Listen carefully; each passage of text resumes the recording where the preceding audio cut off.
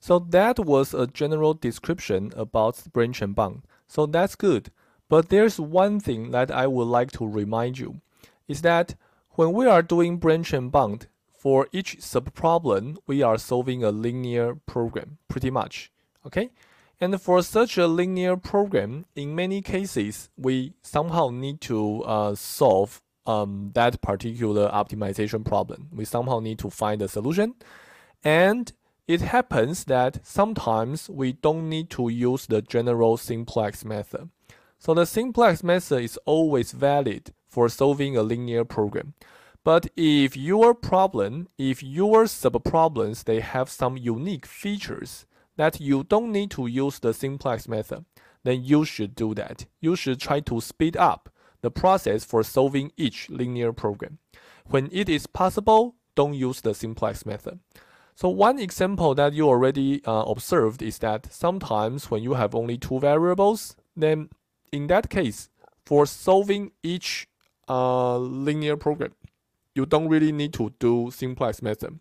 Just use your observation, then it may be good enough. So here we're going to give you another example, is that we are going to use the branch and bound to solve the knapsack problem. So there are two reasons for doing this. First, we want to give you an illustration about the idea I just mentioned. For each subproblem, if there is a unique feature, then don't use the simplex method. Use something else that is actually faster. Second is that knapsack is just so important, so it deserves a lot of attention. So here we're going to also take this chance to give you some ideas, some more deeper understanding about the knapsack problem. Okay, so let's do this with an introduction or a review for the classic knapsack problem. So let's say there are 4 items to select. So there are, there are 5 items to select. Okay, so there are 5 items. For these 5 items, we have different values, different weights. For example, for item 1, it is worth about $2 and the weight is 4 kilograms and so on and so on. Unfortunately, we cannot take everything. We have a knapsack, which is a backpack, and that capacity is 11 kilograms. So what does that mean? That means we cannot carry more than 11 kilograms. Okay. So whenever we see that, we know our problem is the following. We want to maximize the total value without exceeding the knapsack capacity. So we want to choose a subset of items such that their total weight is not larger than 11, and we want to maximize the total value. Okay? So this is a very typical optimization problem which may be formulated again as an integer program. So the formulation is here. We have 5 items. For each item, we determine a binary variable, whether we want to take it or not. Okay? So xi is 1 if we want to take this item, xi is 0 if we don't. So we want to maximize the total value that we bring, subject to the fact that the total weight we carry cannot be greater than 11. So that's a knapsack problem. Of course, this is just an example, but when you are given a lot of items and all kinds of different values, you know how to formulate it, right? This is just a very typical case that the general compact formulation can be done by yourself. So we're going to use this example to show you how to use branch and bound to deal with this particular knapsack particular instance.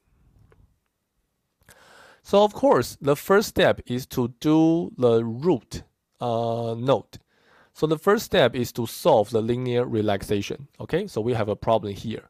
If you take a look at this problem, well, actually you also know how to use the simplex method to solve it. You just need to add a slake, and once you do that, you have how should I say that? You're going to also have some variables. They should be less than or equal to 1.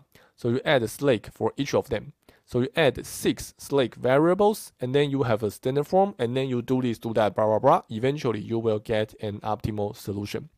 So using simplex is okay, but here we don't want to do that. We're going to show you that there is actually a very intuitive way that works for knapsack problem. So what's that? First, let's sort all the items in the descending order of their value weight ratio.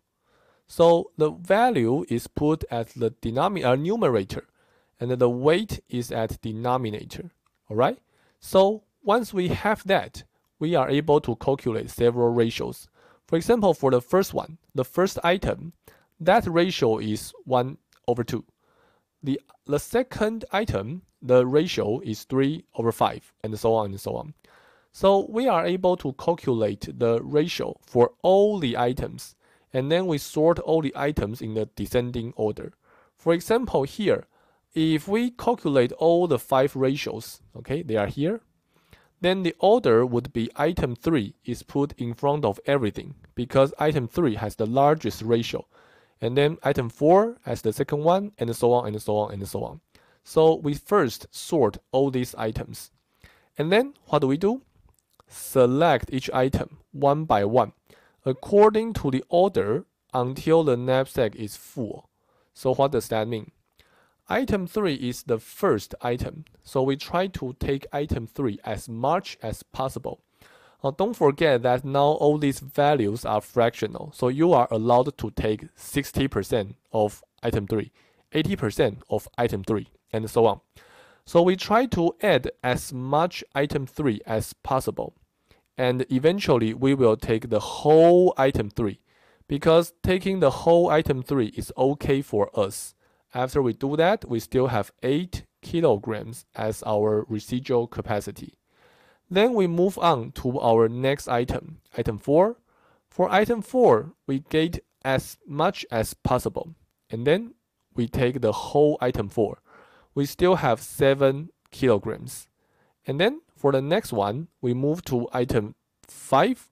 For item 5, we take as much as possible. Then we still take 1. The whole 100% of item 5. And then 7 minus 4, we still have 3 kilograms as the residual capacity. Then we move on to item 2. For item 2, if we want to take the whole item 2, that's going to consume 5 kilograms. But now we only have 3 kilograms, so what do? We take 3/5 of item 2. We take 60% of item 2 instead of the whole item 2 or no item 2. Okay? So if this is the original integer program, we are not allowed to do that. We cannot take 60% of item 2. But because this is already a linear relaxation, so we are allowed to do that. And we conclude that once we do all of this, once we do this as a solution, then this would be optimal to the linear relaxation here. All the capacity is used out, and we have maximized our total value. So this may be very intuitive, but I hope you may want to think about why this algorithm is guaranteed to be true. Okay? Why you cannot generate another solution that is also feasible and that is better than this one. So actually this is impossible. So there are many ways to prove this, but I'm just going to give you another example to help you think about this. Suppose there is a way to generate another solution that is better than this one. Then because for the other 3 items, they already be taken for 100%, somehow it means there must be some values taken from item 1. Alright? Otherwise, there is no way for you to generate another solution. Then you somehow need to decrease the value for the other 4 somehow. Otherwise, your backpack is not enough. So if that's the case, you are doing some kind of exchange using higher ratio items to exchange for lower ratio items. And very quickly, you may convince yourself that this is not good. And then that somehow concludes that this particular ordering and the greedy algorithm is optimal for your linear relaxation for knapsack. Okay? And once that is true, then this tells us that for solving this knapsack problem, there's no need for running the simplex method. All you need to do is to calculate 5 ratios and then sort them and then do some one-by-one checking. So if you are familiar with this big O notation, then the total complexity is just n log n. It depends on how long it takes to sort all items. So if you are not familiar with the big O notation, that's also fine. Just convince yourself that this seems to be much easier than running the simplex method. Okay? So then that creates a building block for solving the knapsack problem, the integer knapsack problem with branch and bound.